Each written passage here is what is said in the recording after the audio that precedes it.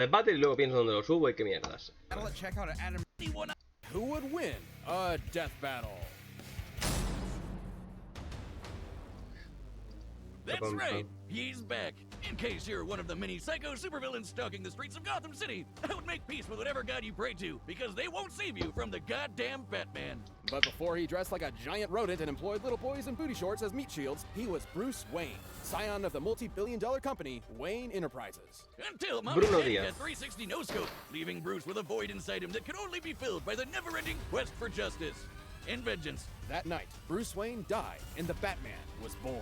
He would devote his life to perfecting his body and mind to become more than human. He would transcend his own mortality into legend, a nightmare to haunt evildoers till the end of time. Jesus Christ, I feel like Zoloft and therapy would work too, but okay, whatever works. Batman's resume is absurd. He's mastered 127 martial arts, trained in stealth and assassination, and is a super genius with a photographic memory. He's the world's greatest detective, bar none. Like how the League of Shadows needs to keep erasing Batman's memories because he keeps finding their secret bases. Or the time he found a dead body with no entry or exit wound and a 40-year-old bullet nearby, and somehow determined it must have been fired backwards in time. Despite being a master marksman, escape artist, forensic scientist, Batman. engineer, And Ninja, one of Batman's assets stands above them all. his Bat Stacks! Bats has poured his billions into tactical armor and gadgets for every conceivable situation. If there's one word to describe Batman, it's prepared. Made of reinforced Kevlar and titanium, his batsuit can resist knives and gunfire, and even protect him Uno de from sus this trajes. massive explosion. Judging by the size of the detonation, Batman's distance from the Ya epicenter, empezamos. and the surface area of his body, he must have withstood a blast of nearly 60 tons of TNT. His cowl comes with night vision, infrared, and a radio, while his utility belt is chock full of smoke bombs, nerve toxins, a grappling hook, and batarangs, which he can control midair and set to explode. It was these tools that allowed Batman to wage his one-man war on crime. But once he got over his angsty loner phase, he helped found the Justice League of America in order to bring his personal brand of Bat Justice to the entire world. And Batman's knack for schemes and preparation skyrocketed to match, turning him into the Bat God we all know and mean. Like the time he developed a backup personality that would ensure he functions as Batman in case of a psychological attack that drove him mad. A backup human operating system. Like a computer, but it's his brain. He even has plans tailored to his teammates' weaknesses should they ever go rogue. He's developed contingencies for everything, See? which is why Bats comes prepared with extra suits for any occasion. Like his Nightfall exosuit to battle Bane, or the Justice Buster, which he obviously designed to combat the Justice League. He even got a final Batsuit from his sixth dimensional self that can rewrite your mind. But my favorite is his stylish zebra suit, which he wore after getting weird Magneto powers. They just made his suit look like this for some reason. There's also the Rainbow Batman suit, the Suit of Sorrows, and of course, the Bat Nipples. Chicks dig the Bat Nipples. All paid for with the Bat credit card. Never leave the cave without it. But perhaps his greatest suit of armor, the one designed to put him on the same level of insane mind-bending power as his league teammates, is the Hellbat. AKA the single coolest looking thing ever invented. Forged by Superman in the heart of the sun, each member of the Justice League contributed to this monstrous mech's abilities. And boy does it show, the Hellbat is absolutely hardcore. Made of nanokinetic mesh, it can shapeshift around Batman's body and operates via telepathic link. It can fly, turn invisible, and fire a bat-shaped chest laser. And by diverting all the suit's power into his fists, he can use the Devastator, a punch powered by Wonder Woman's strength. And she's strong enough to yank the friggin' Earth around. Though it does have a 95% chance of giving old bats a heart attack. Which he has given himself to save all of Gotham City on at least one occasion. It's that level of insane drive that pushed him to use the Hellbat in his one-man invasion of Apocalypse in order to bring his son back to life. You know, Apocalypse, home to the god of evil himself, Darkseid. Batman stared down the final boss of DC Comics and actually kicked his ass. This is incredible, considering Darkseid is a being strong enough to destroy entire universes and fast enough to fly to the edge of the universe in seconds. Since the DC universe cómics is diferentes, significantly en cómics larger than our diferentes, en own, cómics that would be diferentes, over en cómics 600 quintillion times the speed of light. That same Darkseid avatar even took a Shoryuken from Alan Scott, who was amped up from the energy of the multiverse. And Bats cleaned his clock just as hard. But this incalculable strength is drawn from Batman's own life force, specifically his metabolism. Should any fight with the Hellbat go on too long, Batman may succumb to his hunger before finishing the fight himself. Or absorb someone else's biomass for fuel.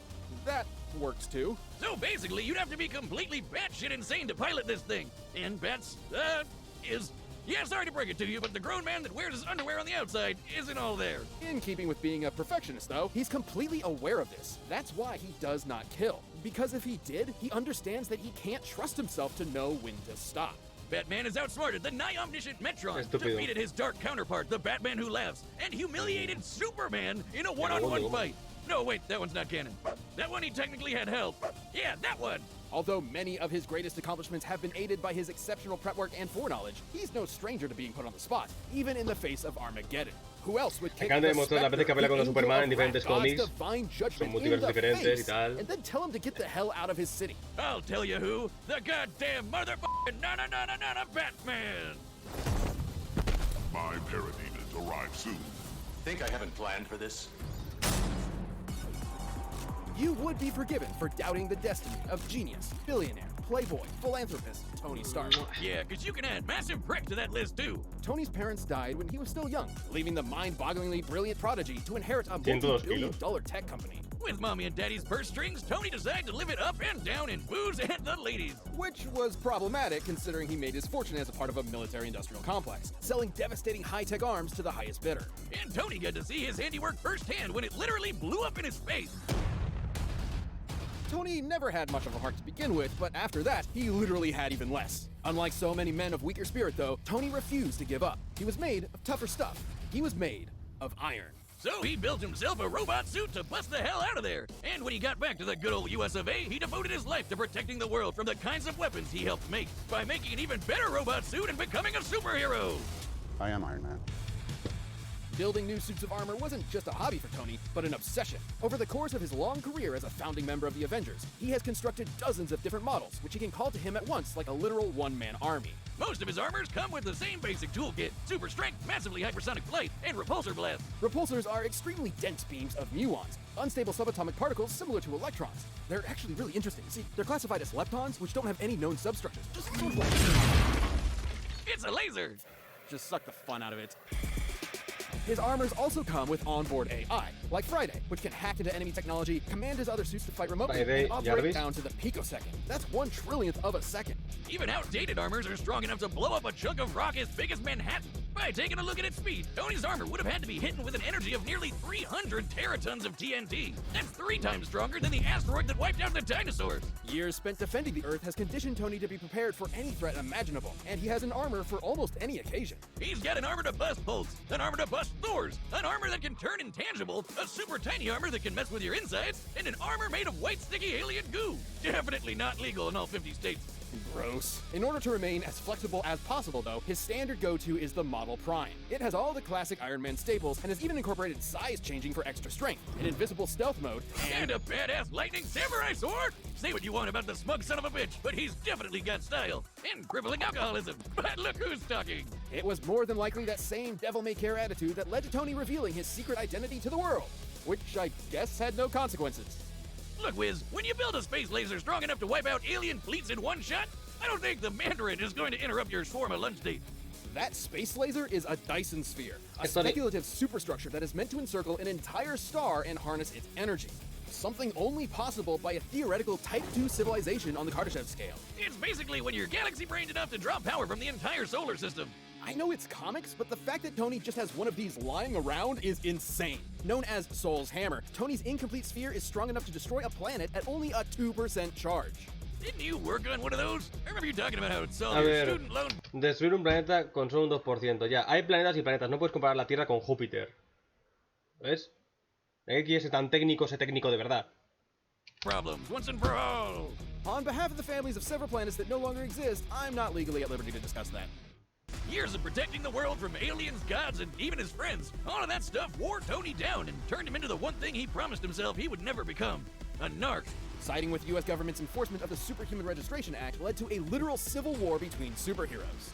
It wouldn't be his last. Though it did prove he could hang with the best of them. He's beaten Captain America in hand-to-hand combat, survived blows from Thor, and sí. even took down the Worldbreaker Hulk. He even matched Magneto. Magneto, the guy that controls metal, the thing that surrounds Tony's entire body, by amplifying his power with Jupiter's magnetic field. And then Max punched him with the power of the Eso es sun. increíble. And it was like, no big deal. There really doesn't seem to be a limit to how insane Tony's tech gets. In the movies, this is the same guy that figured out time travel just sitting around one evening. In the time it takes me to down a beer, Tony Tony's already shattered the laws of physics. Yeah, sure. Go to the Middle Ages and play nights with Dr. Doom, you scamp. Perhaps his greatest invention of all, however, was the E-scape, an entire virtual universe where the only limit is his imagination. And because Tony's nothing if not predictable, he made an armor out of it. That's right, he made an armor out of a universe. This virtual armor is composed of solid holograms that can form any weapon Tony can think of. But even it likely cannot compare to the armor Tony created inside the E-scape, the Godbuster. It's literally Iron Man going Super Saiyan. The Godbuster was so powerful, it destroyed the entire E-scape in a single blast, along with the AI controlling all of it. An earlier iteration of the Godbuster was able to stand up to Celestials, cosmic gods that can warp reality, like Galactus, Odin, and Franklin, who can threaten the multiverse with their power. So it lives up to the friggin' name in case you were wondering. But it isn't that kind of power that makes Tony special. After a life spent wallowing in vice and pleasure, Tony rebuilt himself into a man he could be proud of. Someone who could sacrifice everything to save the world. I suppose underneath it all, that man of iron had a heart of gold. You want my property, you can't have it. But I did you a big favor. I have successfully privatized world peace. All right, the combatants are set, and we've run the data through all possibilities. But first, if you want the same level of confidence as these two billionaires, check out Blue Chew. Confidence. It can get you far in life. That's why Blue Chew delivers the same active ingredients as Viagra and Cialis, but in bad. Bats. Now.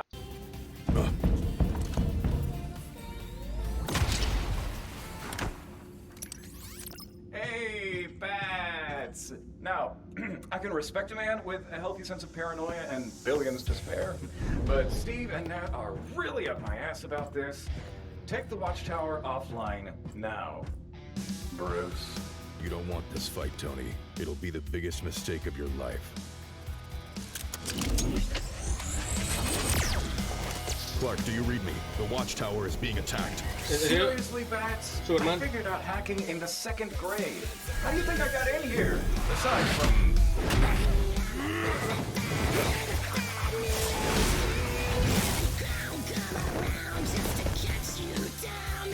Really, Bruce?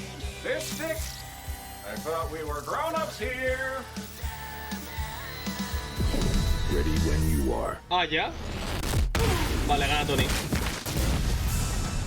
Sí, ha sacado ya la ultimate del puto Batman. Match my coordinates. I'll try to... Oh.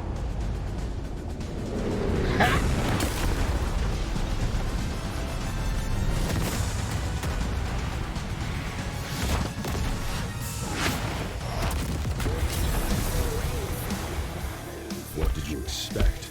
I am Batman. And I am Iron Man. I've got a suit for everything, Bats, including busting wannabe gods like you.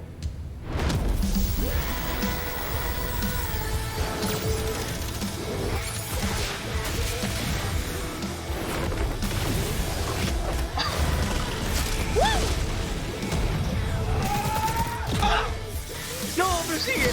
Missed this.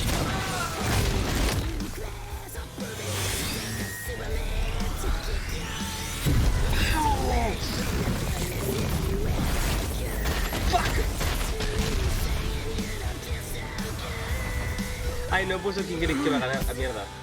No, mira. Oh, claro, virtual. Had to divert some power to hacking that suit. Like I said, 2nd grade. Friday, fire the hammer!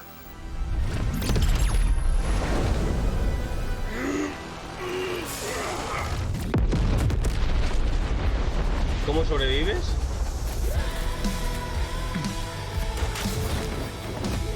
What the fuck? Holy shit. No more armors, Tony. Just you and me. Pero no vale. Man to man. Well, man to genius billionaire playboy. En serio, Tony, ahí no pelees, no vas a ganar cuerpo a cuerpo contra Batman. Maybe just one more. Oh! Model 58, the nano armor. Snuck it into your body back on the watchtower. Friday, initiate self-destruct. Yes! Yes! Friday, I could really use a drink. Gracias. KO! Oh, come on! You know if they fought naked, Batman would have beat the shit out of him. Ah, obvio. While Batman is a character defined Obvio, by pero his no estamos haciendo tenacity, eso. fairness, and utter genius, so is Tony Stark. So neither could rely on that skill set alone to pull them through. And it shouldn't come as a surprise. Batman's standard Batsuit couldn't quite hold up to the firepower of even the most basic Iron Man armors. The Batsuit is surprisingly tough, sure, but it isn't taking hits from a dude that can punch apart Manhattan. And despite Bats having a ton of nifty gadgets, Iron Man's armors were way more varied and powerful. With so many unique and often alien abilities, there was no way Bats could predict all of them. With time, he could certainly figure out a plan of attack, but since Tony is just as much a genius schemer as Batman, he could do the same. There are lots of cases where he would have won, especially with his ace in the hole, the Hellbat. The Hellbat's raw power and speed absolutely dwarfed the majority of Iron Man's arsenal, and could have killed him immediately were it not for Tony's own trump cards. Like the Godbuster, which was definitely strong enough to contend with it. The Hellbat could take on Darkseid, but a weaker version of the Godbuster could hold its own against Celestials. Darkseid was a being capable of threatening the multiverse with his power and moving many times faster than light, but the Celestials were capable of the same. With an armor that strong, Tony could buy himself enough time to break out all his other tricks, like sneaking nano armors into Batman's body, phasing through him with ghost tech, draining the Hellbat's power, or just hacking his suit and shutting it off. And with an army of armors at his beck and call, Tony could certainly hold Batman off long enough to employ those strategies. Hell, since he can control them remotely, he technically didn't even need to be there and put himself in harm's way. And remember, the Hellbat used Batman's own life force as a battery. He needed to end the fight quick or else his own armor would kill him first. With Tony throwing an army at him, he didn't have a good way of doing that. Tony just had way too much shit to throw at Batman, while Batman didn't have the time or options he needed to keep up. Batman may have been a god among men, but Iron Man's wealth of gadgets, insanely powerful tech, and greater mechanical experience allowed him to crush the Caped Crusader. You might think it's an injustice that Batman's gonna need avenging, but Iron Man was in a whole nother league. The winner Joder, is Iron ¿en serio? Man. Buena. Hey everybody, I hope you enjoyed that episode. If you're looking for something else to watch, we just released a brand new show called Last Laugh on Rooster Teeth. It's all about people trying to make each other laugh and everybody trying not to. Check it out by clicking the box below me. Thanks. Really? Ah, ya empezamos. Uf. Es simple. Es manga contra cómic. No va a ganar manga. Porque el cómic es una gilipollez. Ya he visto los flipados que se van. No tiene sentido, ¿vale? Vamos con cómics. Da igual, es que siendo la coherencia gana Black. Como gana Goku a Superman. A secas. Pero como vemos aquí, esto es un ejemplo, siempre lo diré. En un cómic, Batman le pega una colleja y ¡ah! En otro cómic, Batman le pega una colleja a Superman. ¡Ah! Ya está, ¿lo entiendes? Son cómics, no soy incoherencia. A secas. Son para disfrutar diferentes cosas. No para pelear porque es estúpido. Tendría que coger a un específico Batman. El Batman del universo tal, donde hizo tal cosa. No Batman donde de este y este. Pero bueno, siempre lo puto digo. Pues tenemos al puto Flash reverso. Swain, ¿cómo se decía? Bueno, el malo de Flash contra Black. Va a ganar él. Va a ganar el Flash reverso. Aunque básicamente el Black puede volar. Y es inmortal. Bueno, depende. Si coge a Black o coge ya la fusión. Y se fusionó con el universo. Si coges el anime. Pero bueno. Ya veré, no sé si subiré esto en el canal, si canal secundario y tal, no sé qué hacer, así que ya da like y eso. Y si pongo comentarios, pues eso tengo.